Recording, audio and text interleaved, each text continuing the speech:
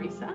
And welcome to anybody who will be watching the replay. We do have 10 people registered for this, and things happen, things come up and people can't make it, and that's okay. So we'll watch the replay. It'll be a little bit,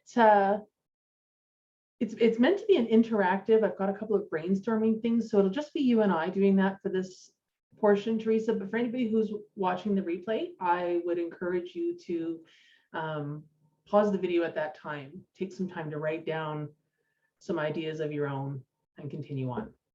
All righty. So today we are here to talk about the difference between consultative sales and transactional sales. And Teresa, you and I were just talking before we actually started the recording about, this is a whole new world for you. Right. Right. So tell me a little bit about any experience you have at all with selling or being sold to. Well, I think that this is part of my hesitation with the whole thing is because I grew up thinking that everyone was trying to pull one over on you. Okay. That is kind of how my dad especially is. So very skeptical. Yes, very skeptical. Yeah. And so when I started, you're going to see me go like this a lot because this is how I think. That's okay. I believe up to the left is telling the truth and down to the right is telling a lie. I think that's how it goes. Really? Oh my gosh, that's so funny. Anyway, and especially online kind of marketing, sales, anything like that, I didn't want any a part of because I couldn't physically go to the store and like look at the product or hear about the product. And so, yeah. And so it was really hard for me to put myself out there, first of all, with, what's not really supposed to be considered a product because it's your health, Yeah. But I mean, it's a product. It's like. Well, we're going to talk today about how actually anything you're selling, even an idea, is a product. Yeah. So initially, I would not believe any of that. And so now I'm kind of reimagining my ideas of what it really is. Okay. And it's not anything that I ever imagined. I love that. It's like you're a little flower, like you were a bud, and now the sun's come out and you're blossoming and you're blooming, and I love that. Yeah, that's true. I love it. All right. Well, here's what I'm going to do with your permission. I don't want to say with your permission. That's incorrect wording. I'm going to start this presentation. My first thing I need to do,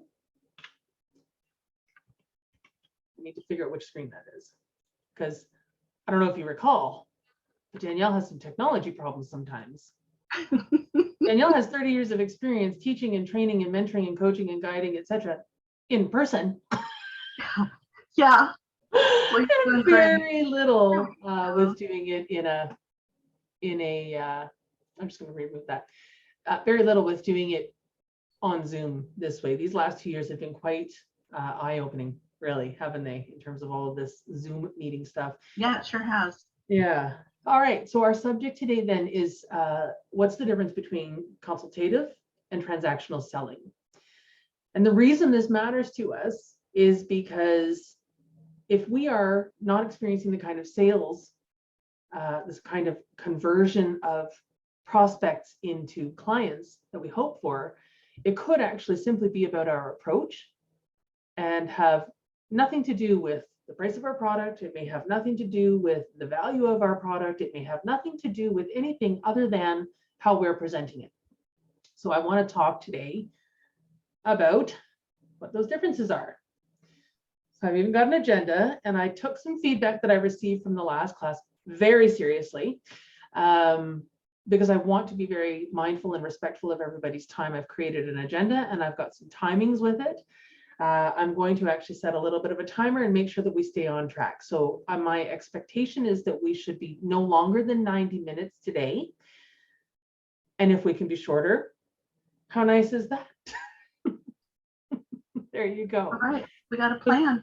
It doesn't seem fair to me to put one person on the spot, but I will introduce myself in this forum if that's okay. My name is Danielle Wilson, and I am a business coach and mentor. I help soul-led female entrepreneurs move through their fear of being pushy in sales conversations and help them to double their income within 3 months. And I do that by helping you to create heart-centered, relationship-based strategies that feel really good at a soul level. So I also do that through one-to-one coaching.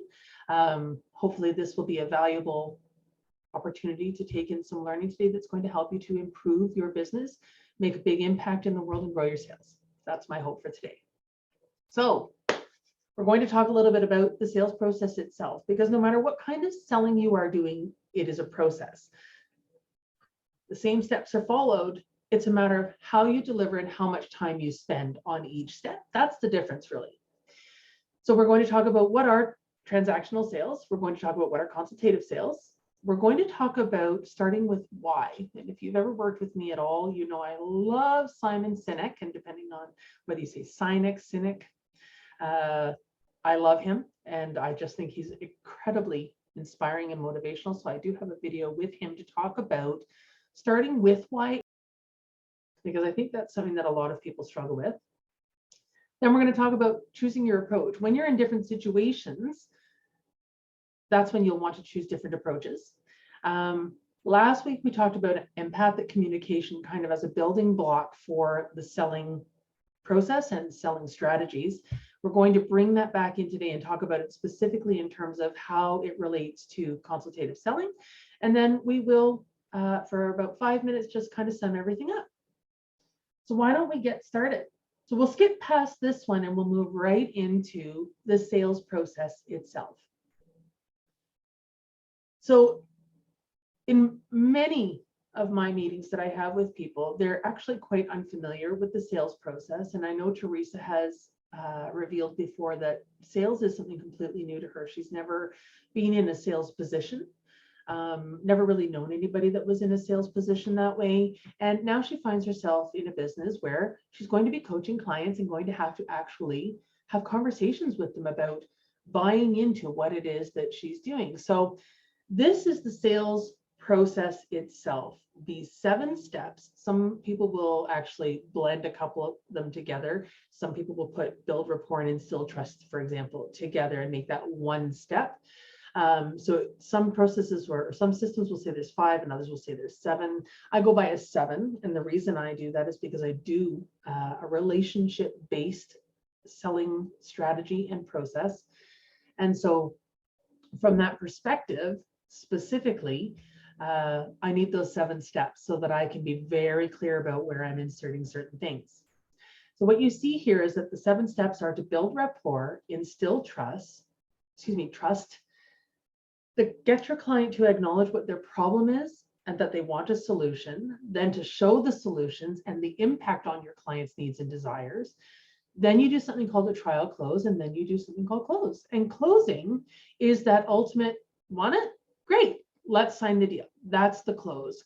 The person that you are selling to says yes, and deal is closed. That's why they call it a close. So we're going to talk about each of these steps specifically below this red line. I think you can see this red line right here. We're going to talk about the steps below that. So first things first. When I say selling, how does that feel for you? So the first thing that I often hear from people when they're talking about selling and how they feel about selling is they tell me that they feel pushy.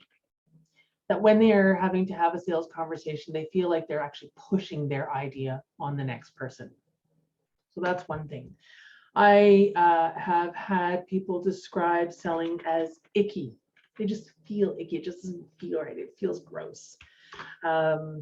Another word that has come up is sleazy. And we often think about used car salesmen when we're thinking about sleazy, I think. What's another thing that comes up? Nervous. Nervous is another one that comes up. Fearful. Fearful is another one. Anxious is another one. Can you think of any others? So there's a lot of different emotions. And so far of the ones that we've talked about, not too many of these, maybe none of these are actually very positive. So if you're not feeling positive emotions around selling, then when you go into those kinds of conversations, you're going to be wearing that on your sleeve and on your face, and that's going to come through and come across to your actual prospect. So this is why your attitude going into it is really important. And we talked last week in Empathic Communication a little bit about that notion of going into things with the proper mindset. And I'm going to share a quote with you. And this is a quote that has been very meaningful for me since I was a teenager. So it's a lot of years. And the quote is actually Henry Ford, and it's whether you think you can do a thing or whether you think you cannot. You're right. So when you move into a conversation with somebody where you are actually trying to get them to give you something and you feel, I don't deserve it, I'm not worthy, this isn't worth it, this is too expensive. If you are going into the conversation with those beliefs about what you're offering, that's going to be a barrier right from the start, and your client will be able to sense that from you. So there is parts of our body and parts of our brain that actually stimulate disconnection. So when one doesn't match another, right? Those incongruities between what we say, what we express non-verbally, and what we express verbally, when those are inconsistent, these little alarm bells go off in people's mind, and they may not be fully conscious of them. They may not be able to put their finger on it. They may not be able to name them, but something in them is going, And just before we started, Teresa and I were talking a little bit about being your authentic self. And we were talking about how in my younger days, recovering perfectionist and people pleaser over here. In my younger days, I certainly adapted to the person in front of me very quickly, with great agility, with what I expected and thought was great prowess. But the truth of it was, what I was doing instead was actually creating these inconsistencies in people's minds, right?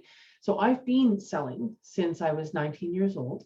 I've often worked multiple jobs at a time. And so when I was 18 years old and graduated high school, I got a job at Burger King, and I was hired in as an assistant manager. I know, who wants to work for an 18-year-old? Nobody. But working that one job and working the crazy hours that I was not helping me to achieve the financial goals that I wanted. And so I decided to go to school to become an insurance salesperson, knowing that I would have to sell. And so I went into the whole thing, took all of the courses, very, very easy to get through the coursework in terms of being able to absorb the information and then be able to put it out on a test document, no problem. I even was able to make phone calls to people and set up appointments. But once it came time to actually attending those appointments, my fear took over and I couldn't do it. And I would say that it was my fear of not being good enough. It was my fear that I didn't know what I was talking about. It was my fear that they wouldn't like me. It was my fear that really got in my way. And so as a person who has had to actually move through all of that fear, I feel like I'm in an excellent position to help you to do the same thing. And the way I moved through my fear of selling was not to basically give myself a kick in the butt, tell myself to get over it.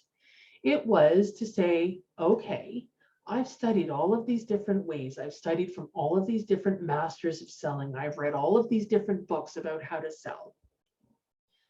The thing that seemed to me to be missing from all of them was, well, what does the person in front of me need? How do they feel about it? What's motivating them? And that's really what we're going to talk about today. That's really about the empathic communication and how we use it in consultative selling. So success is, I'm going to read this for you if that's okay. Success is directly proportional to one's ability to sell. So we are all in business, and the reason we are participating in webinars and trainings and value add approaches like this is because we recognize that we need to increase our skill level in something. And in today's case, of course, it's around selling. So success in business is directly proportional to your ability to sell. And I will pause for a moment and say the reason for that is no matter what, every business hinges on selling something. So whether it's that you're selling a physical product, you're selling widget A or widget B, you're selling computers, you're selling ice cream, you're selling toys, you're selling hearing aids, it doesn't matter what you're selling. If you've got a product, there's selling involved. What about when you've got a service? You're still selling. Can you name a single company that you can imagine that isn't selling something? Let's go on to talk a little bit about what the definition is of sales so that we can ponder that one a little bit more. But if success in business is directly proportional to your ability to sell, whether it's yourself, your services, or your ideas, if you can't, or if you won't learn how to sell, it's almost like you've clamped a lead weight onto your legs before you even started down that road to success, right? So whether you think you can or whether you think you can, whether you think you can or whether you think you cannot, you're right. So if you think you cannot sell, you're right. You won't be able to sell. And it is likely because you've told yourself going into it, I'm no good at this. And if you tell yourself you're no good at it, you won't be, right? And it's because you won't allow yourself to take in new information. You won't allow yourself to step outside your comfort zone and try something different. But it's a self-sabotaging attitude, and it results in a deeply flawed definition of what selling is about. So let's talk a little bit about what selling is about. Selling, what is it? So the standard definition is that selling is any transaction in which money is exchanged for a good or service. During a sales negotiation, the seller attempts to convince or sell the buyer on the benefit of their offer. So now let's go back to the original question, which was, can you think of any organization at all, that is not selling their product or service? Right, there aren't any. So if we look at this definition, then we could even begin to say to ourselves, it's kind of a flawed definition, because becoming a good or even a competent salesperson, becoming competent at selling, becoming good at selling, in this case, the seller attempts to convince or sell the buyer on the benefit of their offer. Well, that really implies becoming pushy, right? If anybody's ever seen the movie Glengarry Glen Ross, Alec Baldwin plays a beautiful, sleazy, slimebally kind of a character. And there's a always be closing sales training scene in the movie. And of course, it's a bit of a jackass, but that's what this definition really brings to mind, is kind of that sleazy used car salesman, that always be closing kind of a persona. And while there are undoubtedly jackasses in the business world, really at its core, selling isn't about manipulating people into buying. If you are about manipulating people into buying, then there's no authenticity in that. There's no soul in that. There's no heart in that. That is really about what's in it for you. So think about it. Everything that happens in the business world involves the exchange of any kind of value, whether buying or selling. And without that fundamental activity, a business can't exist, which means that economy becomes impossible. So we go back to a barter system. But wait, we are still exchanging money. Only this time, the money is in the form of another service or another good. So, as every entrepreneur knows, behind every business is a dream. I've got a dream. I imagine you have a dream. That vision of something better than what currently exists today is your dream. Where are you hoping to get to? Really, it's about your why. And entrepreneurs must sell, whether it's investors or employees or customers, they have to sell those people on the dream. So even when you are trying to, for example, think about a home situation where you want to go out for dinner somewhere and your husband doesn't particularly want to, or you want to go to that play and your husband doesn't particularly want to. Your husband wants to buy that tool and you're not sure that it's good. In those conversations, it's not just a, I want this. No, okay, fine. Well, maybe it is that. I shouldn't say it isn't. Maybe it is that. But in those situations where you're working to create convincing arguments to your spouse about why we should do this, that's selling. You're selling an idea, right? So maybe it is for your mutual benefit, but it's still something that you're selling to them, right? So the only way that a dream of a successful company can come true is if the company's products help other people achieve their own goals and their own dreams. So the key in that scenario with the spouse is mutually beneficial. So in this sense, again, if we have a dream and we're trying to achieve it, now the onus is on us to actually sell that dream to other people. In my case, what I'm selling is I would imagine that my clients' dreams, and I do have clients that are telling me that this is their dream, so it's where I get it from. So clients are telling me that their dream is to earn enough money to not just pay the bills. They don't want to just get by. They want to be able to invest in their future. They want to be able to put their children through university.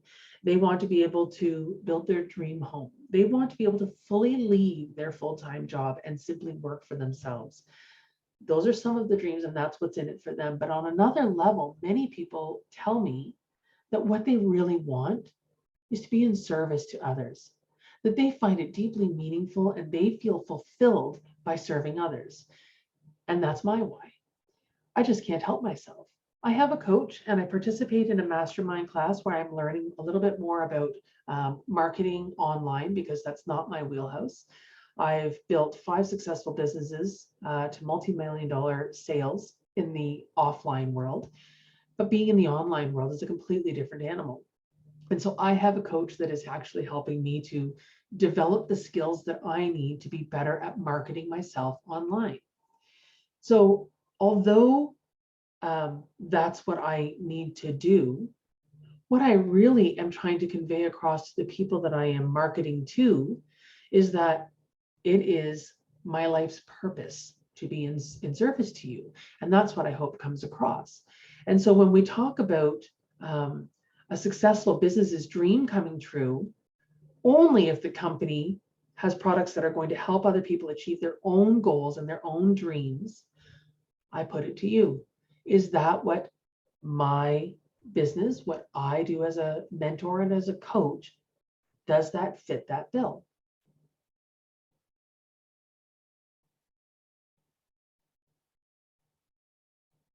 Okay, I hope that you've said yes. I do hope that you've said yes. Well, what about for you? What is it that is your dream, your goal as an organization, as a company? What is your why? Why do you do this? And now think about who do you serve and what is their why? And are they compatible? And really, that's what we're talking about. Because when there's no exchange of value, then really, and by value, I mean, it could be that I'm providing value in the sense of I'm teaching something that you didn't know before. Perhaps I'm providing value by helping you see things in a different light. Perhaps I'm adding value by helping to reveal some of your limiting beliefs. So these are all value things that come into play. And so really, when we're selling something, that's what we should be focusing on, is what is the value that I bring to the table, right? Because if a company can only be successful when their product helps other people achieve their own goals and dreams, then what you really need to be able to do is to present how what you do helps them achieve theirs. So it is my business to be in service to others, right? So I will achieve my goals by helping you to achieve your goals.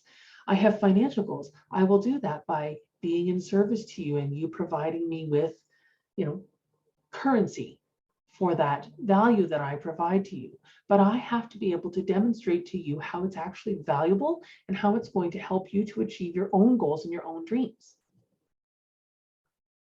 Does that make sense? Does that make sense? I hope that makes sense. So let's move on a little bit. We're going to talk about a new definition of selling. All right. So the new definition of selling is going to be, are you ready? Drum roll, please. instead of making this about an exchange of money, instead of making this about an exchange of goods, we're going to talk about this as a process of making dreams come true. Because if that's really what a successful business is it's a business that provides value to another person and helps them bring their dreams to life, helps them to achieve their goals, it kind of makes sense to me that selling is the process of making dreams come true, right? So we've touched a little bit on how sales is really a state of mind, that when you go into something, whether you believe you can or whether you believe you cannot, you're right. Tom Black, the author of The Boxcar Millionaire, recently did an interview with a gentleman from Inc.com, and they were having a conversation about the beliefs of highly successful salespeople, right? And it was really around this whole idea that sales is a state of mind, and that what you believe will dictate what you will receive. So here's some of the beliefs that I'm going to move my picture there. There we go. So highly successful salespeople have revealed to Tom, the author, that these are the things that they believe in. That these are the things that they believe in. This is actually a huge element of what makes them successful. So highly successful salespeople believe that people are as happy as they want to be. And I would agree with that. Depending on your personal beliefs about personal accountability, responsibility, resilience, all of those things, you're as happy as you want to be. We have control over our happiness. That's one of the first things that highly successful salespeople believe. The second thing is highly successful salespeople are persistent even in the face of disappointment.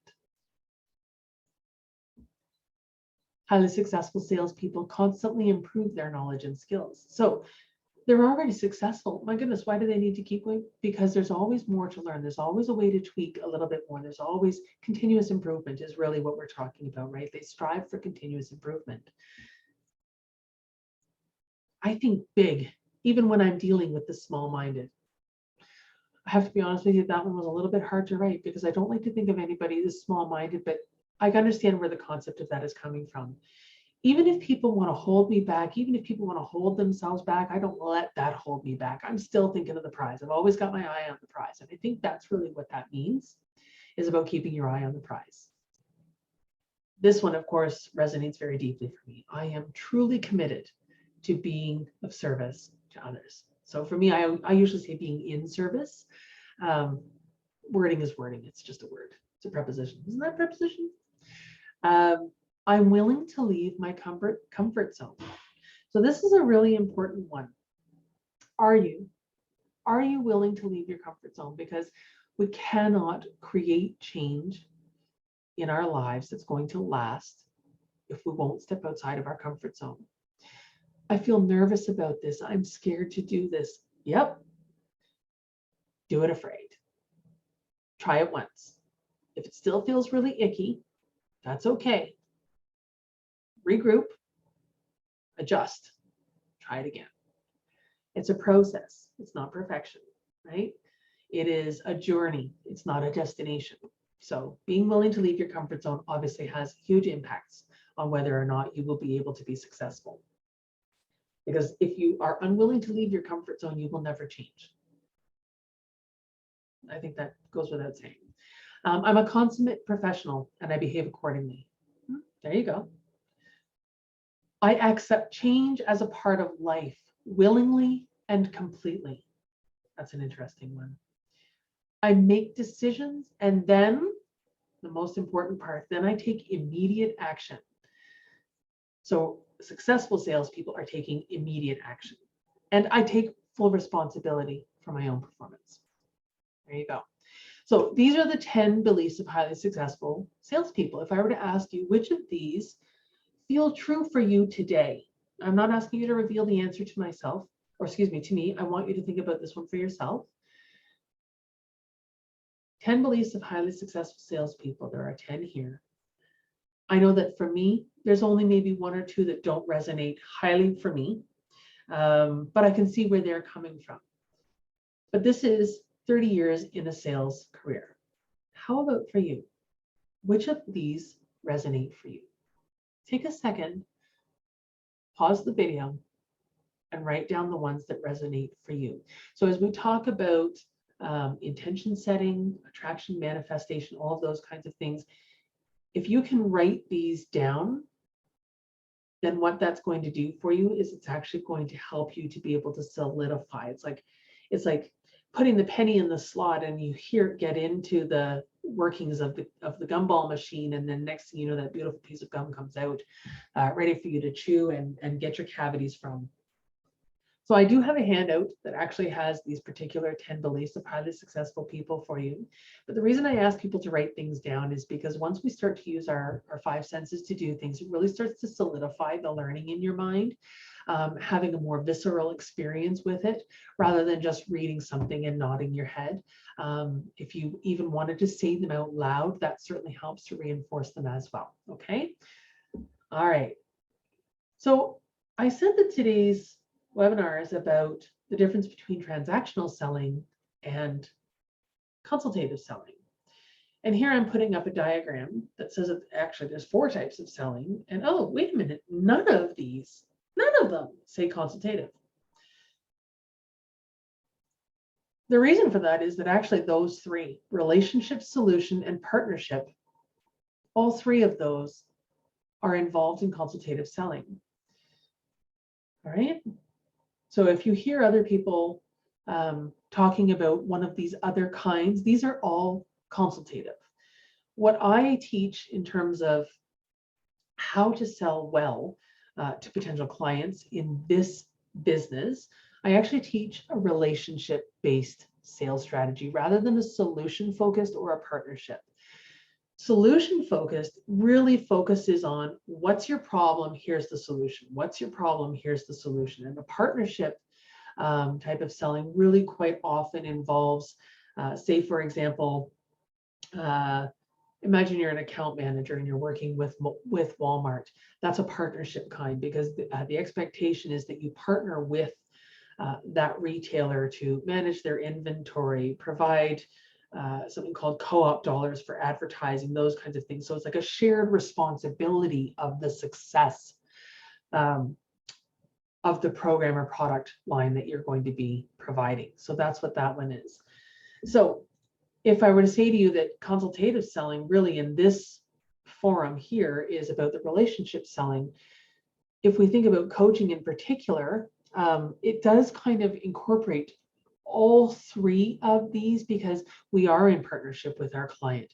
We do have a solution, and in my case, I tailor it to what you actually need. I don't have a specific program where I say, oh, hey, great, here, you're going to follow the steps that everyone else did, because where you're starting may be different. So solution-based, but the relationship is what we're mostly going to focus on. So let's go back again to this sales diagram, right? The 7 steps. I said earlier that it's the same process no matter which type of selling you're doing. I said there's build rapport, instill trust, have the client express their needs, their desires, and how important it is to them. Have the client acknowledge their problem and say they need a solution or are ready for a solution, want them, tell them about the solution, tell them how it's going to impact their needs and their desires, do a trial close, which we're not going to talk about today about how that works, and then to do a close. So looking at these steps, though, we see that building rapport and instilling trust are the first 2 steps. This is kind of like a pyramid, right? They're at the base, so they're the foundation. And if you're unfamiliar with the idea of building rapport is really just about finding commonality.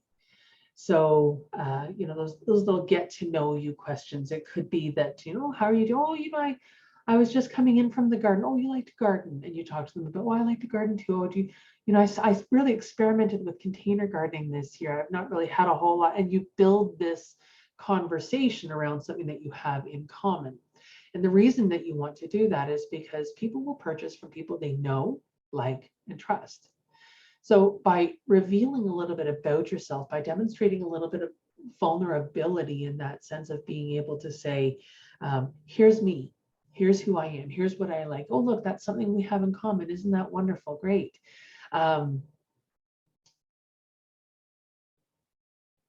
when we look at these steps, we see that building rapport and instilling trust are the first 2 steps. Building rapport is finding commonality. people will buy from people like them, right? Instilling trust is a little bit different. This is where some of the most important parts of your sales conversation are actually happening. It starts right from the very first few words out of your mouth. At what point do you start to credentialize yourself? If you've ever watched any lives with me, if you've ever been involved in any kind of group workshops with me, anything like that, I'm certain you've heard me express that I've built and run 5 multi-million-dollar businesses. I do that to share with you that I have the experience and the knowledge to deliver on the specific thing that I am promising you with my I help statement. That's why I say those things. It's not that I'm trying to brag, it's to make you feel this sense of security that, oh, she knows what she's talking about. Okay, I'm going to listen a little bit more. Some of the other ways that you do that is, you can say things like, I've helped many in the past and you're in good hands with me. So if you ever do anything like that. But how do you go on to show them that you're here for them and that their well-being is your primary concern? And really, that's what this whole notion of consultative selling is all about. Well, we demonstrate it by being empathic listeners, and we talked about empathic communication in our webinar last week.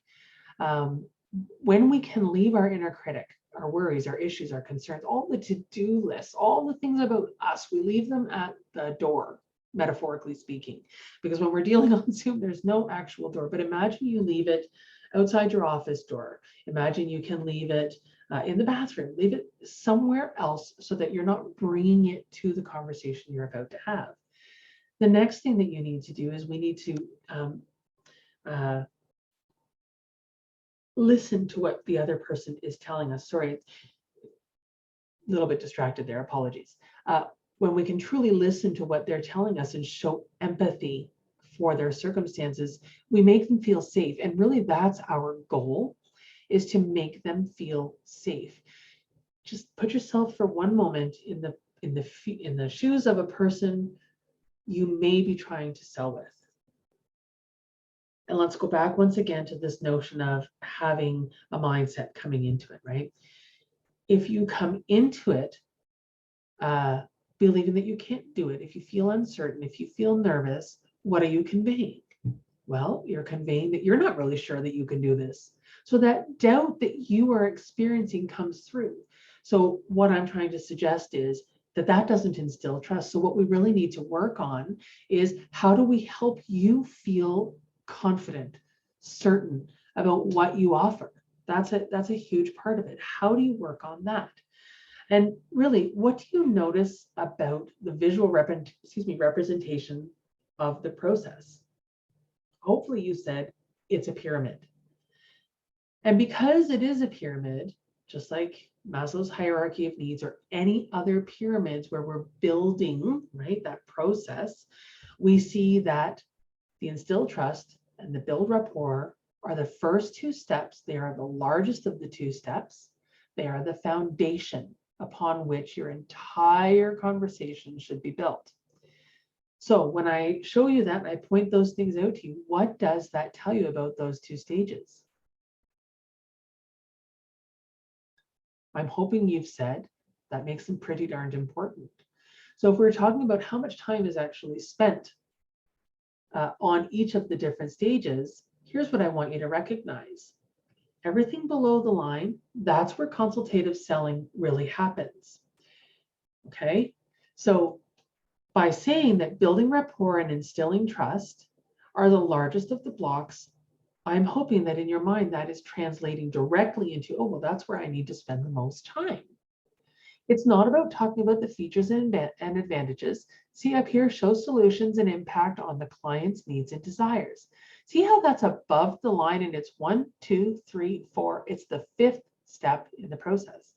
So if we're starting off by talking about features, advantages, and benefits of what we offer, whether it's our coaching program, our mastermind, our one-on-one, whether you've got a product, I don't care if you are in social retail or if you've got a side gig where you're using social media to sell your products. The fact of the matter is you need to uncover what people need before you start talking to them about what the solution is, right? And that's the big difference really with consultative selling. So let's move on now a little bit here. I hear this all the time. I have this great product, and now I just need someone to buy my service. And the most common barriers that my clients report are, number one, being too pushy. They're afraid of being too pushy. From my own observation, though, I can tell you that in fact, they're probably not being pushy enough. And that's a terrible way to say that, simply because I do not encourage being pushy. Not at all. In fact, when somebody says to me at the end of a sales conversation that they need time to think about it, or any other kind of an objection, I know I've done my work to overcome those objections leading up to it. So something is still lingering. So I give them the space that they need. So sometimes it's being too pushy. Sometimes it's not being pushy enough. There are very few scenarios where I would actually continue to push. But if you have not spent the time on the first 4 stages and you go straight into presenting what the solution is and talking about the features, advantages, and benefits, that's being too pushy. However, when you wait to be asked questions, when you don't say to them, so what do you think? Would you like to go ahead with this? When you don't ask for the sale, I would then say that that's actually not being pushy enough. Now let's talk about not listening to your prospects, or that your techniques are not attracting ideal clients. Well, not listening to your prospects means you didn't spend enough time in those first 4 stages really uncovering and understanding what it is that your client needs.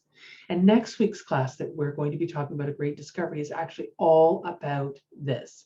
So if you've signed up for that, I hope that you're getting good value out of this and that you'll get even greater value out of that. These webinars were built and designed specifically to work in coordination with one another as building blocks, kind of like, you go to school and you learn how to do addition, but you had to learn to count first, or you learned to read, but you had to learn your ABCs first. It's kind of that idea. Anyway, and then the last one would be potentially when it comes to, I have a great product, but now I need somebody to buy it. Perhaps it's your techniques in attracting your ideal clients. It could certainly be that as well. And so attracting the clients is not what we're going to talk about in this webinar series. This one is about, once you've generated the interest, what are you doing with it? How are you then acting? What steps are you taking? And what skill level do you have to convert that person who said to you, hey, I'd like to book a call with you. Now you're on the call. And this is what this is about, is actually making that person turn into a client for you, okay? So techniques that are not attracting ideal clients, we'll deal with that one in another one, but certainly that is a common barrier that my clients have expressed in terms of, how do I get somebody to buy my product or my service? So let's dip right in now to transactional selling. Here you see we've got a woman in a retail store making a purchase of an item. She's being served by the clerk. Hopefully that image says it all. I should have actually kept the words off and had you tell me, so what does that image tell you?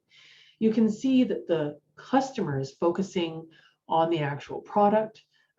It's a retail environment, which is really a matter of, you're waiting for people to walk in. You're not going out and seeking people in the hallways to bring them in. So really, you'll sell to anyone who needs it. This is not a matter of niching down and knowing who your ideal client is. Traditional transactional selling is based on, what is the product itself? How much does it cost? And, oh, do you need it? Do you need it? But there's a large audience of people who could be in the market for your product or service. The other thing about it is, typically these are one-off sales. Unless you're in the health and beauty industry where those products are actually consumable, most commonly those are in one-off sales. So now let's talk about people that may be watching who are actually selling a product that is a consumable. So I'm talking about my pharmacy reps, I'm talking about my Modere, I'm talking about Tremont, I'm talking about It Works, all of those kinds of companies who are doing business, and their representatives and their sales force, if you will, are doing business online. In those cases, they are looking for repeat business. And in those cases, they are looking to sell to particular people. They have a product, it fills a need. They need the people who need that. So the messaging and the way that we speak with those people is not going to be the same as being a clerk at a cash register standing at a till, right? The thing about transactional selling, it's really a matter of no time to waste, right? It's very, very old school. And even a used car salesman will quite often fall into this whole transactional selling style. It's not about what do you need. It's, hey, how you doing? How's it going? Let me tell you about this car, just because I was standing beside it. It could be that I stopped to tie my shoe, right? It may have nothing to do with the car that I'm standing beside, but the salesperson, certainly under the old model, would come up and start, pointing and clicking and trying to tell you all about the car, sharing the features, the advantages and benefits. And I think that's where this notion of being a pushy salesperson really comes in from. So let me ask you a question. If you've ever experienced this, right, this notion of moving into a situation where a traditional salesperson might have seemed very pushy, if you've ever gone to buy a car, in that scenario where you bent down to tie your shoe, the car that you're looking at doesn't actually solve your problem. And if you've experienced this, you can probably empathize with any of your prospects when you recognize that this is something that you don't want to do when it comes to selling your own high ticket offer. Because if you've ever experienced it, you know what a turnoff it is. And I think that that's really where a lot of people's fear is. Their only experience with salespeople has been that kind of sales. And so therefore they believe that they must do that in order to be selling what they've got to sell. So that's a bit of a disconnect for somebody who is soul-centered or heart-led, right? Or soul-led, heart-centered, whichever way you want to put those phrases. I kind of use them interchangeably, to be honest. But let me tell you a little bit of a story. A few years back, when 3D TVs were first coming out, my husband decided, and we weren't together at the time, my husband decided that he wanted to go looking for one of these TVs. He'd heard so much great stuff about it. He's one of those people that just loves to be at the head of the curve when it comes to innovation and technology, okay? So he went out and he went looking for this 3D TV, and there he goes into a Leon's, which is a furniture store here in Canada. It's a chain. And he's wandering through and he's standing in front of the televisions and he's just kind of standing there and he's looking at them all. And the sales guy comes over and without even catching a breath, really, hey, how are you doing today? Nice TV, don't you think? Oh yeah, it's got this, it's got this, it's got this, it's got this. And my husband said, oh, well, actually, it's this one that I'm looking at. And the guy goes, oh, well, really, this one is so much better a TV. He points to this less expensive TV. So he points to this less expensive TV. And he says to him, oh, no, trust me, this is a fantastic TV. Really, for the price, you're not going to get better you're not going to get better clarity. You're not, pixels are this, and I don't know enough about TVs to be able to tell you all this stuff, but he starts going on about all these great features that this less expensive TV has. At no time did he ask my husband any questions about anything, for that matter. That's transactional selling. I have a product, I have a quota I need to meet. I just want to sell to anybody that comes in. Anybody that comes in. I don't care who you are. I don't care how much. I just need to sell. I need to sell because I have a number to make. That's more transactional selling. On the flip side, if the guy had said to him, what brings you in today? It would have given my husband an opportunity to say, oh, I'm here shopping for a TV. I've heard about these 3D TVs and I'm really, really interested. The guy could have said, fantastic, we've got 3D TVs. What is it about the 3D TV that's got you so inspired? Right? So he starts asking open questions. That's what a consultative salesperson does. They ask a lot of open questions. And we talked about empathic communication in last week's webinar and the importance of asking open-ended questions, particularly in this entry stage. This is where you are building the relationship. Imagine the man had actually said to my husband all of these questions, uncovered, what were my husband's dreams and aspirations around owning a 3D TV? What the guy would have discovered, in fact, was not just that my husband likes to be at the front of the curve when it comes to technology and innovation. He would have discovered that my husband was starting to feel disconnected from the family. And when he thought of a 3D TV, what he envisioned was all of them sitting in the same room, right? His children, his wife at the time, sitting in the same room, glasses on, having the same cool experience watching Avatar in 3D. So he'd already created an entire scenario in his mind about what owning a 3D TV was going to bring into his life. For him, it wasn't about having a television. It wasn't about being the first, in the neighborhood to have it. It was about his family. That's what it was about. It was about reconnecting with his family. Now imagine you knew that it was about reconnecting with his family. Now, wouldn't you take a completely different approach? Wouldn't you now start speaking to how amazing it would be to have that quality time with your family? Wouldn't you be able to then empathize with, oh, right? Working all the time, you'd have discovered that he works midnight. So many things you could have and would have discovered just by asking a couple of open-ended questions, then probing a little bit deeper to just get to the root and the heart of what it is that set his heart on fire when he came in today looking for that 3D TV, right? So that's why there's power in it.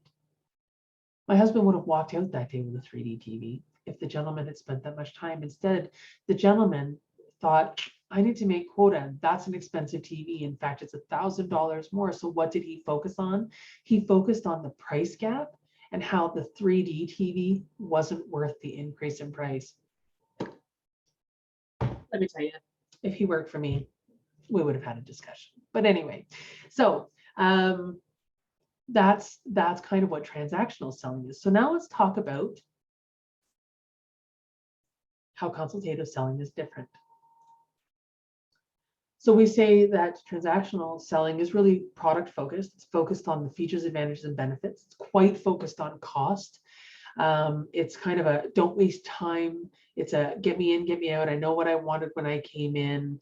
And whenever a person does speak, so in that scenario of being in Leon, rather than being this woman here, the clerk in the bulk store, where there may be one or two questions that are being answered. It's like, here, ask a question, here's the answer. That's very transactional. Consultative selling is quite different because now it's focused on your prospect. It's not focused on you. When you're in a transactional sales scenario, you focus on what you know about the product. That's just how it goes. This is just the natural, you're trying to get them in, get them out. If you've ever been a waitress and you understand, table turnover and how you've got to get more people in, of course, that increases your tips as well. So there's benefit to you as the server in trying to get people in, get people out. Well, the same thing is true in transactional sales.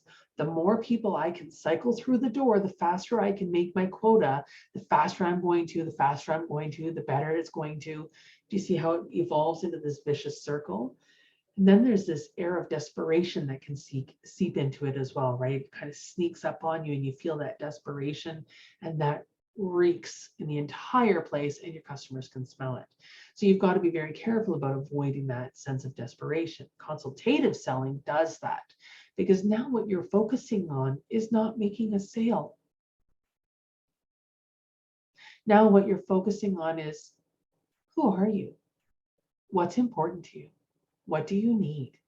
How can I be in service? That's the difference. So consultative selling is a big breath out, right? So it's almost like breath. You actually take the focus and the emphasis off yourself like you do with transactional selling where you're doing all the talking, and you shift it onto your client and you put that focus on them. Here's the truth. People love to talk about themselves. They just do. And in sales, a gifted salesperson will have their prospect speaking about themselves at least twice as much as I'm doing any talking. Think about your sales conversations. Who's doing all of the talking?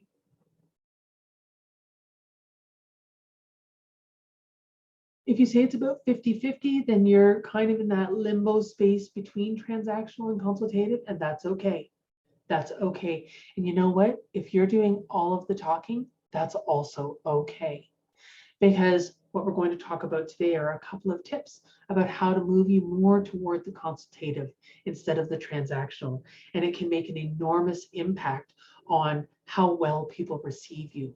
They don't feel completely rebuffed by you immediately from the moment that you get into conversation with them. Okay, so prospect focus instead of product focus. So most often in a consultative selling, the word consultative really gives it away, what I'm about to say, but you become a consultant, right? So this kind of selling is really about becoming more of a trusted advisor than it is about having a transaction. Give me your money, here's my product, here's your money, here's my product, here's your product, here's my money.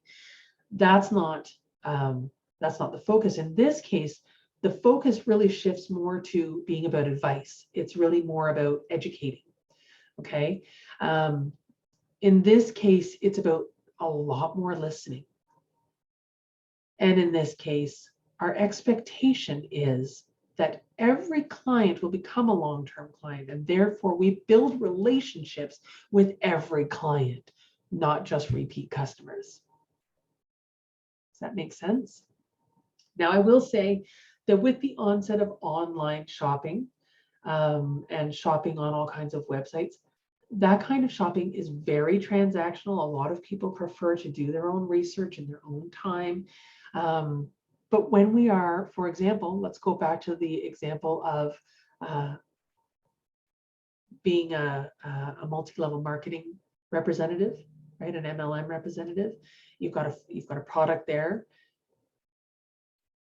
A good MLM is building their business based on customer sales, not recruiting. And so using consultative selling techniques, you are going to get a combination of things. You're going to get repeat business, you're going to get referrals. And really that's the difference, is to get the repeat business and the referrals, because what that does is that actually increases the lifetime value of each client. If you can increase the value of each client over their lifetime, it means you have to actually do a lot less work in terms of marketing. That's exciting, right? If you can serve your clients well and they send referrals, again, that is a decrease in the amount of time you need to spend marketing. And I don't know about you, I hate that part. I absolutely hate that part. If I could farm that out to somebody else, I absolutely would. For me, this is the part I love. I love the one-on-one with people. I love uncovering what's going on. I love helping them to change. That's the part I love. I just get so excited about it. So if the part that you love is the marketing, then maybe you and I would be a good fit. Maybe we could teach each other a few things. Anyway, let's keep going, shall we? We are on a time limit. So let's talk about the differences side by side, the difference between transactional and consultative selling. So transactional, as we said, it's price focus. It's like a quickie. Price and availability are the primary decision factors for people in that case. So if you think about it, going into a store to buy a TV and the one you want specifically is out of stock, what are you going to do? Well, you might decide that you're going to wait for them to come in stock. More likely, because you came in thinking I'm buying a TV, you'll buy a different model. In some cases, you might go to the step of ordering it online and having it delivered instead. I've certainly done that in the past as well. And the reason for this is that the customer typically comes in knowing what they want. They like to have fast dialogue. They're not interested in over education for the most part, unless they are analytic personality types. They don't want to get bored. Really, I've got limited amount of time here. I want to get in, get out. And they're looking for best bang for their buck. Best for, am I getting what I want? And am I paying a price I want to pay? That's value, right? So that kind of transactional selling is really quite good for any kind of product, any kind of goods. And I will add a caveat to that. Again, going back to the MLMs, if you've got a consumable you want to, if you need to be able to sell you, and I will give you an example of an experience just at Christmas. I'm not a makeup wearer, but I decided that I wanted to purchase some makeup coming into Christmas. And a young woman that I'm connected with on Facebook, she sells pharmacy. And I thought, oh, I've seen her a lot. I like her. I really like her. She's personable, she's friendly, she's upbeat, she's vulnerable, she does all these things. We've interacted with each other on each other's posts. And I thought, okay, well, I'm ready for some makeup. I've seen the beautiful looks that she posts. I've watched one or two of her live videos about doing the transformation. All right, I'm going to go to her. So I chose her to be the person I wanted to work with. Even though I probably had 2 or 3 pharmacy reps in my friends list, I chose her. Well, then there was a problem with my order. And boy, was I ever glad I chose her. Do you know why I was glad? Because that girl bent over backwards to make sure it got to be right. So there was a significant delay in receiving my product. The specific event that I wanted the makeup for had already come and gone, and they hadn't even shipped it yet. And of course, it was Christmas time, Black Friday, all of those kinds of things going on. So there were reasons behind it.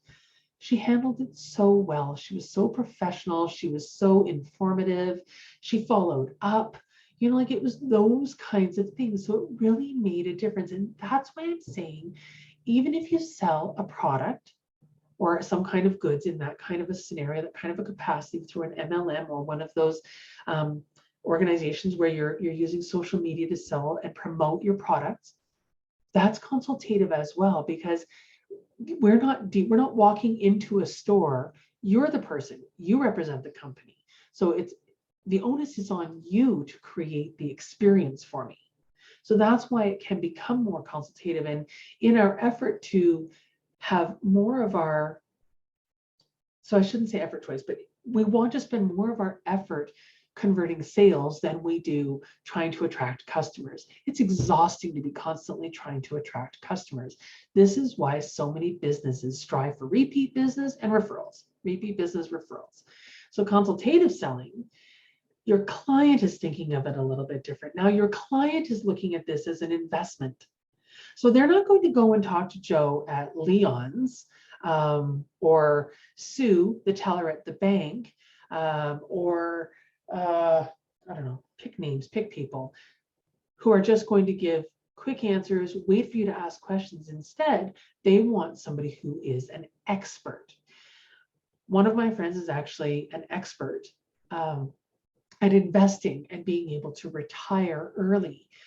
If you wanted to be able to retire early, would you go and talk to the teller at the bank, or would you go and talk to Lisa? You would go and talk to Lisa because she knows what she's doing. She's been there, she's done that. She has the system. She knows how to make that possible. She has the education.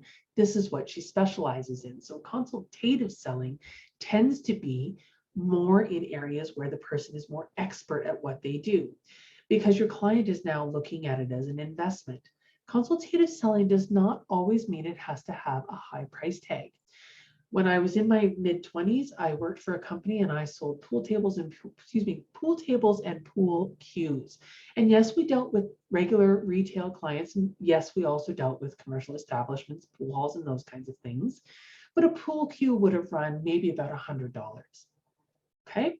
So somebody coming in to buy their own 2-piece pool cue, spending $100, they still see it as an investment, right? It's not a necessity. It's not like going out and buying toothpaste and toothbrush. It's not like going and buying groceries. It's not like going and buying a pair of pants because you ripped the pocket on these ones. This is about something I'm investing into. So whether that's going to be learning, as we do with coaching, whether that's going to be a system that's going to improve the elasticity of my skin and the quality of movement in my joints through some kind of a collagen product, whether it's going to be this amazing highlighting palette, it doesn't really matter. What matters specifically is that the person that you're dealing with sees it as an investment, right? The next thing is that they're looking at this as, does this solve my problem? The cost of something is not as important as, does this solve my problem? That becomes the primary decision factor instead of how much does this cost and do you have it in stock? Okay. Also, consultative selling is about providing value and educating, because again, going back to that notion of being a trusted advisor, it's about being a trusted advisor. It utilizes empathic communication rather than a question, answer, question, answer, question, answer. A lot of times in transactional sales, there's a lot of closed questions. Closed questions are yes, no answers. Open questions require you to actually elaborate. So if you ask, do you like this? Versus what do you like about this? Do you understand that difference? Okay, great. So the other thing about consultative selling is that in this case, there's some diagnosis happening. There's a problem. We have to get to the root of the actual problem. We have to diagnose what the true problem is, and then we offer a solution. The other thing is we expect there's going to be an ongoing relationship. So the basic difference between consultative selling and transactional selling is what is the mindset of your client coming into it? How do they view this? But the fact is you can become a consultative salesperson with any product or service, and it will actually increase your sales. It increases your return and repeat business, and it will also increase your referrals. So next I'd like to talk about why. Start with why. And as I said earlier, Simon Sinek is a gentleman who I find quite inspiring. He is a researcher, inspirational, motivational speaker. He does a lot of leadership training and those kinds of things. And his book, Start With Why, was one of the most profound, life-changing reads I've ever had. So. One of the most difficult questions we ever get asked is, what do you do? And we usually tell people what we do. I'm a manager at, some widget company, and nobody really cares, because nobody cares what you do. And so we're supposed to answer the question with why we do what we do. And that just takes practice, again. So let me give you a couple of examples of how it worked. I found myself at a meeting once. It was actually a social event held at an organization, and I was talking to one of the guys and telling him about the stuff that I do, and he says, you've got to tell the boss. And I said, okay. And so he walks me over to the big guy, and he doesn't even make an introduction. He just leaves me standing there and walks away. And the guy turns to me and goes, who are you? Now, if I wasn't starting with why, I'd say, hi, my name is Simon, and I have a consultancy, and I speak and I teach, and I'm an author, and I go through all the things that I've done and all the people I've worked with and maybe some of my clients, all in an attempt to tell him who I am and why he should listen to me. But then he would have just sort of pointed to the chips and said, nice to meet you, But I didn't say that. I looked in the eye and I said, I wake up every single day to inspire people to do what inspires them. And I know that your company is trying to increase the amount of customers it's getting in one particular sector. And the question is, are you inspiring people to do it? Because the only way people will give you loyalty is if you inspire them to do so. I teach leaders and organizations how to inspire people. And that's all I said. I didn't tell him what I did. I didn't tell him who I knew. I didn't tell him any of my clients. And he said to me, he looks over to me and says, do you have a business card? And I handed them a business card and I told them all the details later. Don't forget, a why doesn't close the deal. It just opens it. It allows people in. It gives context. All of these things need to work together. Why you do what you do, how you do things, and what you do. I don't for 1 second believe the why is more important than any of the other pieces. It's just the place we have to start, and it's also the place we so often forget to even include. So learning to start with why really is, especially in a business context, when you're interviewing for a job or pitching your services to someone, it really is remarkable. I get so many letters from people, all excited that they went into a pitch or they went into a job interview and they started with why, and they were so excited that not only did they get the job, but the person who hired them actually said, we love ... and they repeat their why back to them. They don't talk about their qualifications or any of these things. In other words, it really does drive human behavior. And the more you get good at it, the more you start to feel and see the results of starting with why. So starting with why when you're talking to people is really something very challenging. And a lot of people have difficulty coming up with why. Why do I do this? What I think we should do. I think we should actually use this exercise that Simon tells us next on here. This one is an interesting exercise. So once we have heard this exercise, I'm going to encourage you to once again pause so that you can write down some point form notes so that you can then go ahead and do this with somebody. All right, you ready? Call your friends you love. The ones who you know that if you called them at 3 o'clock in the morning, they would answer the phone. And if they called you at 3 o'clock in the morning, you would be there for them. Do not do this with family. Do not do this with siblings. Do not do this with your spouse. It doesn't work. Those relationships are too close. Do it with the friends you love. and ask them the simple question, why are we friends? And they're going to look at you like you're crazy, because the part of the brain that controls feelings and behavior doesn't control language. In other words, it's hard to put into words. Ironically, you stop asking the question why, because the question why is an emotional question and it elicits emotional responses. Like you ask your kids, why are you home late? Shut up, Dad. But if you say, what were you doing that you're home late? They'll answer the question, right? So you after your friends say, why are you asking me this? You switch to what questions. Come on, what is it about me? What specifically is it about me that I know that you would be there for me no matter what? And they're going to hem and haw, and it's going to be very difficult for them, and they're going to struggle. Don't help them. Don't let anybody else help them. You have to let them go through the uncomfortable process, and you have to play devil's advocate. So they'll say things like, I don't know, you're funny, you're smart, I can rely on you. And you say, good, that's the definition of a friend. You have that with all your friends. What specifically is it about me that I know you would be there for me no matter what? And they're going to go through this process of, and you're going to say, good, that's the definition of a close friend. What you're going to keep at them, and eventually they'll give up. Eventually they'll give up and they'll stop describing you and they'll start describing themselves. And this is what my friend said to me. They said, I don't know, Simon. All I know is that I can just sit in a room with you. I don't even have to talk to you and I feel inspired. And I got goosebumps. In fact, I'm getting them right now. Right? So what they did is they articulated my value in their lives and I had an emotional response.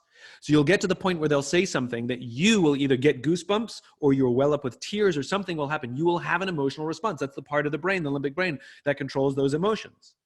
You won't get the exact words of your why, but you will get in the ballpark. And my friends, what you'll find is if you do it with multiple friends, you'll get very similar, if not the exact same answer, because the value you have in their lives is the same. It's you. So that's a fun way to find your why.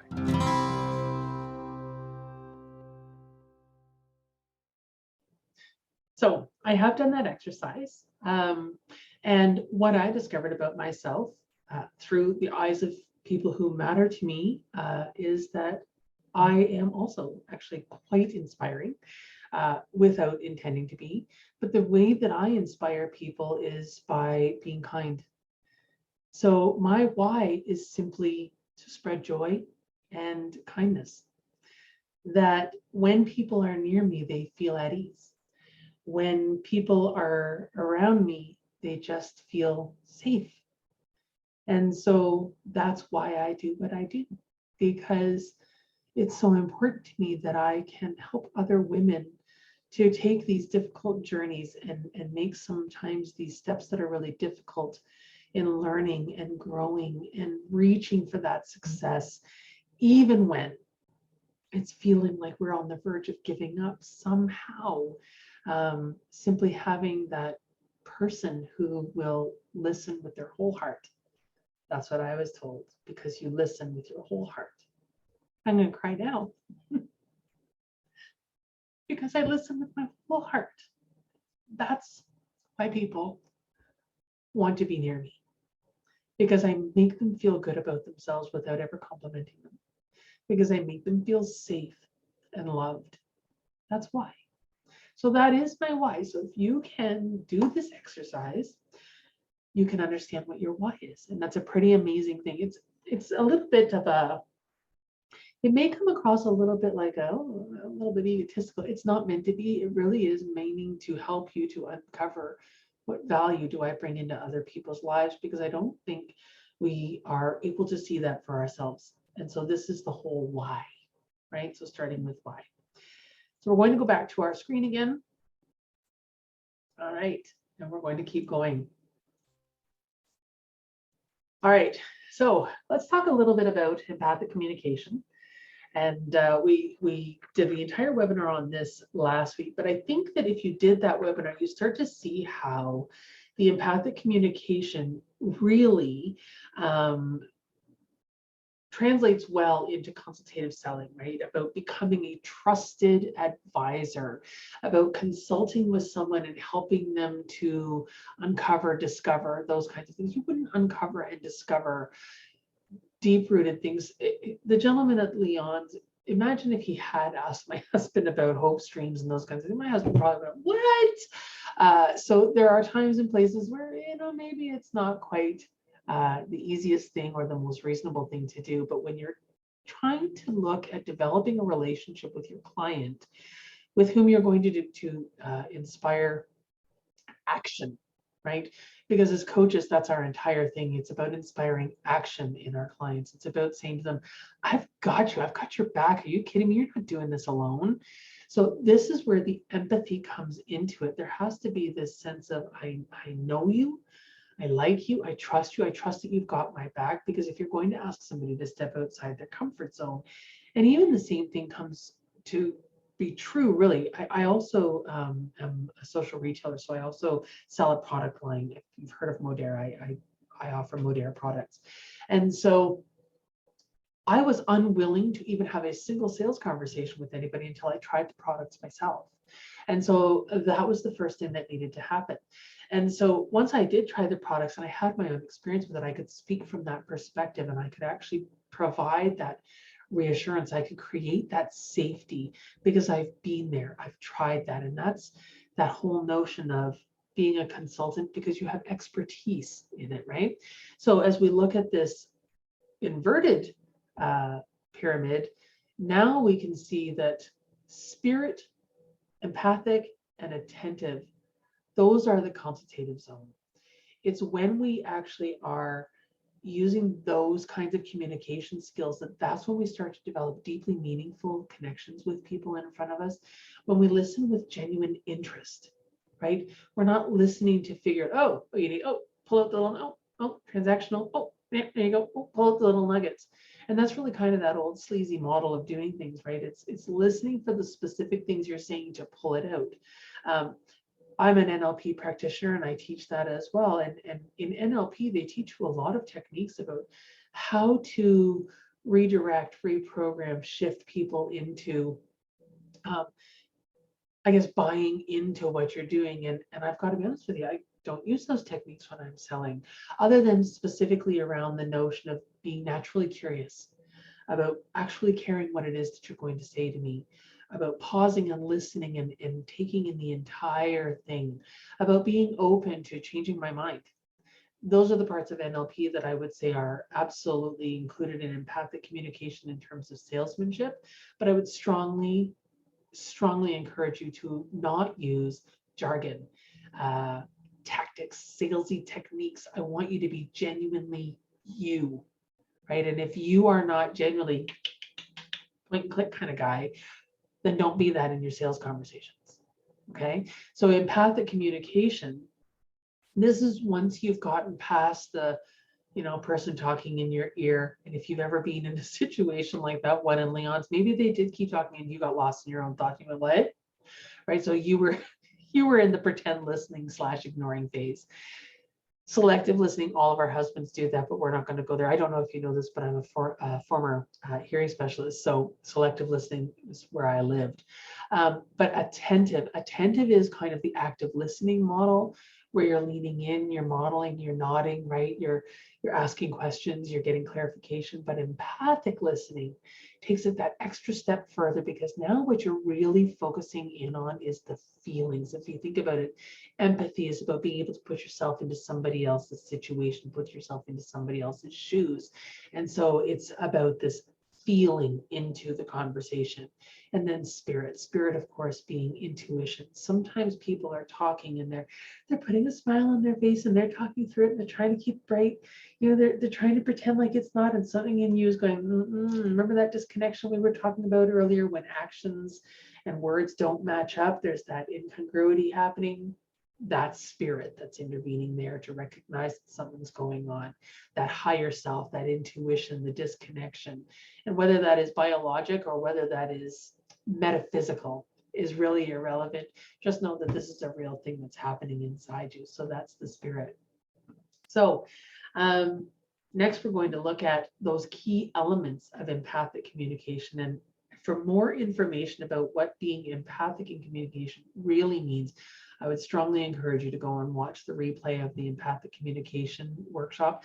That one was a 2-hour workshop, I will mention. So if you don't have time for that, the great thing about a replay is you can always watch it, pause it, come back to it. All of those great things. You know, that's why I love Netflix so much rather than going to the movie theater or watching television the old way. So key elements of empathic communication, notice the biggest circle is be present. Be present. That is the most important element. Leave everything else at the door. Don't check your watch. Don't think about the person that's waiting for you next. Don't think about the fact that you've got to get to the hairdresser. Don't think about the fact that the traffic is happening. Don't wonder where your daughter is. Don't think about whether or not you're going to make such and such for dinner. Don't think about those things. Be fully present to the person in front of you. That's the key to empathic listening, because once you are fully present, you simply cannot help but be fully invested. And that's really the key to it. Now, does that mean you're going to be fully invested in every single person? No, it probably doesn't. And here's one of the things that I know. I use my inability to be fully present. It's kind of like my little, you know, remember those cartoons with the angel and devil sitting on the shoulder? It's the devil going, no, not this one. No, not this one. No, no, not this one. You're not connecting with them. Nope, nope.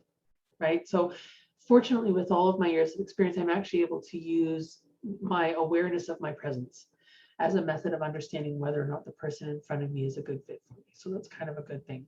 But all of these other things here, right? So to be attentive, to ask probing questions and open questions, request clarification, paraphrase, and summarize. All of these are part of empathic communication. And we talked about these last week. I will quickly just say, what's the difference between asking open questions and asking probing questions? I'm going to give you a second to kind of come up with a difference between those. All right. So open questions is about the way you order your words. So again, going back to, what did we say? Do you like this? Do you like this or this?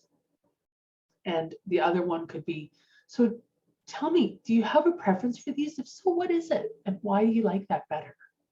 So that would be a way of asking an open question versus a closed question. But a probing question is, once they've given you their answer, well, you know, let's take, going back to hearing, because we did that for so long, you know, what brings you in today? Well, my wife tells me that I'm not hearing her as well. My wife's getting sick of repeating. Now it would behoove me to ask more questions. Really?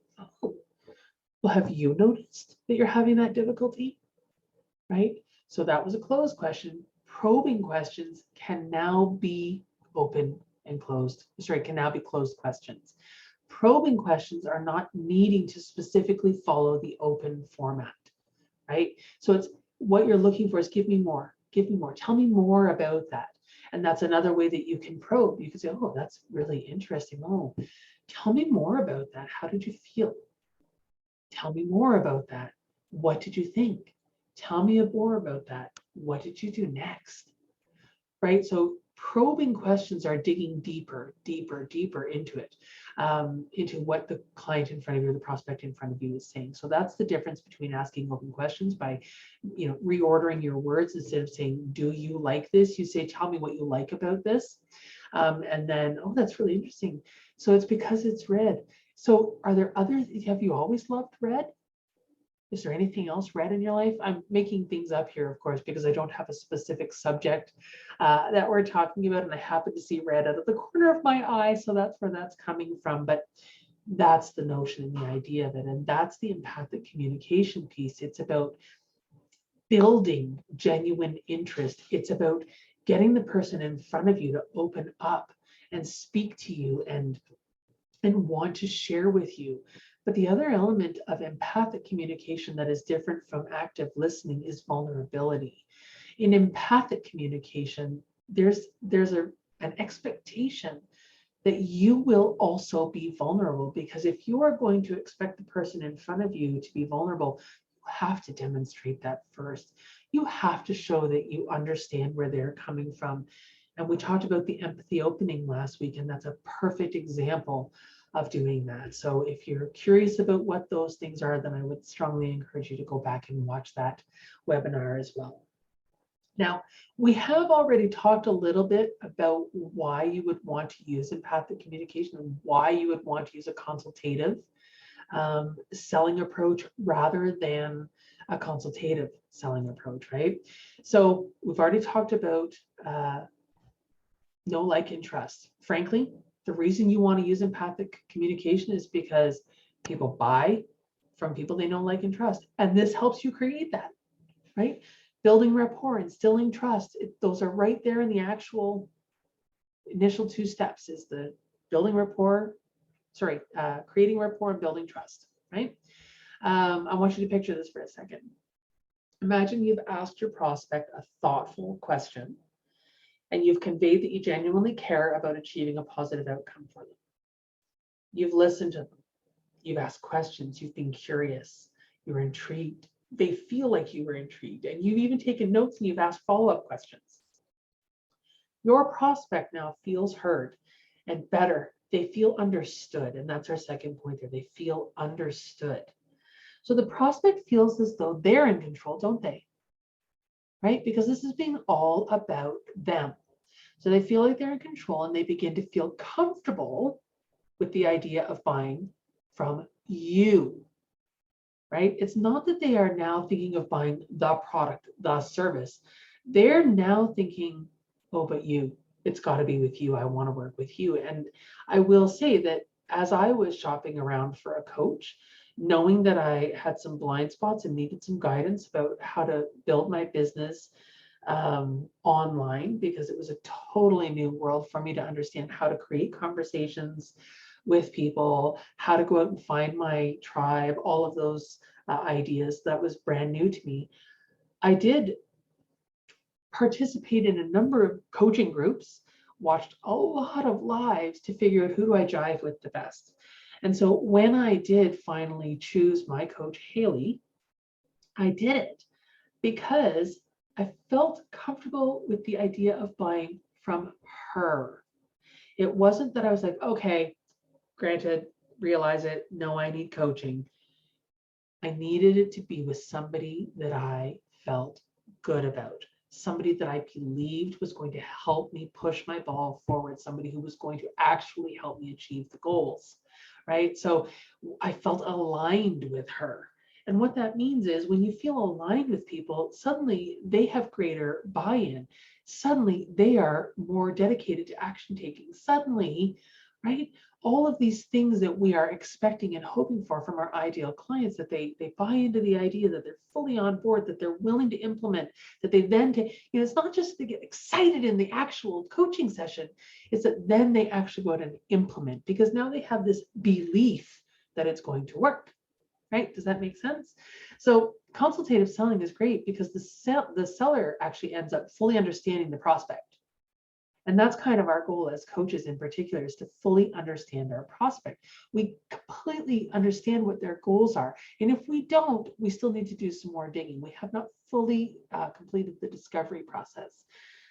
That prospect though, right? Because this is about creating a partnership. We said that there was going to be relationship, there was going to be solution, there was going to be partnership. So this is about creating a partnership. And that prospect has invested time explaining their business to you. They've explained their goals to you, and now they feel confident that you're going to present an effective solution. Why?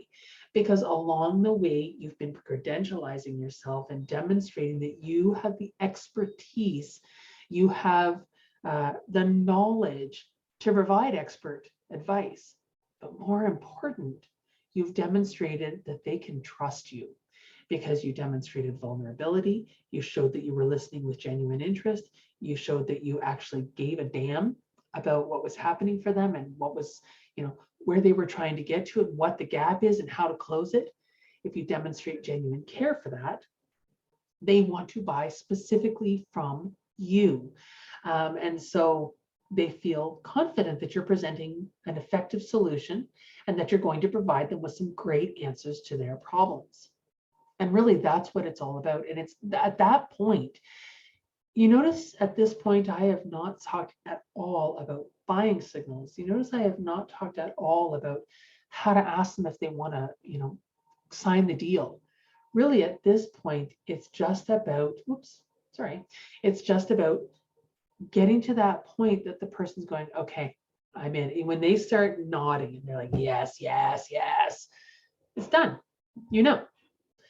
All right, let's move on because I think we're running out of time here. Think of it like this. Transactional versus consultative selling, right? If our goal is to become the trusted advisor here, if you are still starting over here, that's okay. You see how there's a path laid out with different milestones? Climb the path. You will not get from one to the next without help. Can you get there on your own? Sure you can, but you're going to hit every one of those map markers along the way.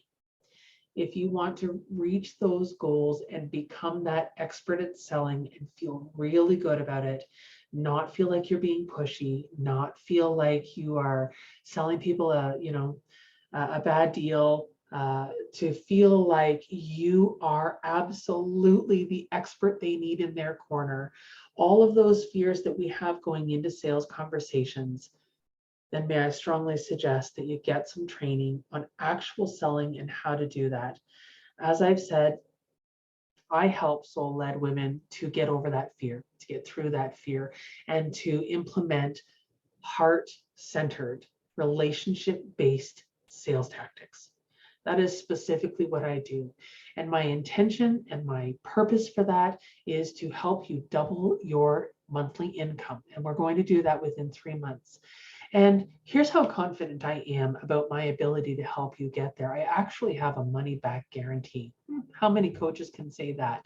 So I have a money back guarantee, and that's one of the things that my hope is actually create some confidence in you that I know what the heck I'm talking about, right? I believe in what I do and what I offer so greatly that I feel confident giving a money back guarantee. Right? So that's one of the reasons why my clients trust me now, is because when I said to them, hey, I guarantee results. And if we don't get those results, you get your money back. They went, well, then what have I got to lose? So if we can help you get to that point where you have such a belief in what you do, then all that mindset stuff, that's easy peasy. And now it's just about teaching you the way to direct the conversation. It's about talking about how you ask the questions. What kinds of questions are best to probe in different situations? How do you get a person talking about things that are deeply personal? Let's face it, I'm a business coach. When we're talking about your business, and you're telling me about what your struggles are, it's like admitting failure, isn't it? I'm not there yet. Well, that's what I had to do when I spoke with my coach. When I first brought on Haley, I didn't have any clients at all. I was struggling to even get my first client. So now at this point, and I'm helping people to transform, and I'm helping them to actually build their business and get to those $10,000 a month from being at nowhere. It's pretty exciting. But it took having a coach to teach me how to do that, how to convey that message in writing rather than with my words. Okay, so this is why having a coach help you develop these skills is so important. And I will say that I actually call myself a mentor rather than a coach. And the reason that I say mentor instead is because I have been there, I have done that. What I do is actually a lot of teaching, not just a lot of, not just the whole, well, tell me, what do you think? And maybe you should try this. And it's really very much a learning course that we go on. And so we take these steps in between where, one session is actual learning. You go out, you implement. The next session, we debrief. Next session is learning. Next session is debrief. And so most of my clients, I meet with them twice a week instead of just the once a week, so that we can help them make that progress faster. So all of these things are designed to meet my clients' needs. What do they need? Do you understand how I'm, based on my research, based on my experience, I know that this is what people need. And so this is what I'm trying to do with this, is to fill that need. And that's what I'm encouraging you to do, is to understand fully what your client needs. And so so you see here, a needs-based seller, right? That's where that is. So there's this great divide between transaction and needs. And this is the transactional seller, and this is the consultative seller. And then up here, of course, trusted advisor just means you've mastered it all. Okay, last slide, guys. Thank you so, so much for joining today and watching the replay. Teresa dropped out at some point during the training here simply because her internet went out. So I hope that without the interaction from the group, this was equally valuable. And I hope that young Emma Watson here is very inspiring for you. I liked this one because she does talk about being vulnerable. And what she says is that she found that ultimately, if you truly pour your heart into what you believe in, even if it makes you vulnerable, amazing things can and will happen. So that is consultative versus transactional selling. Next week's webinar is actually taking some of these concepts, those first two tiers on the pyramid, and talking about doing a great discovery. And that's really what's happening in those first two tiers is you're really getting to the root of what your client needs. And so what we're going to go through next week are specific tools and strategies that you can use to ensure that you've got a deeper understanding of what it is that your client needs, so that when you are ready to present the solution, you can do that for them in a way and they will already be going, yes, yes, yes. Oh my gosh, I'm so in, I'm so in. That's kind of the idea of it, all right? So again, I'm Danielle Wilson. If you ever have any questions about any of the training that I provide, please do feel free to reach out to me through DM. You also can email me. My email is yournextlevelcoach@outlook.com. And I look forward to seeing you all again next week. Thanks so much and have a great night.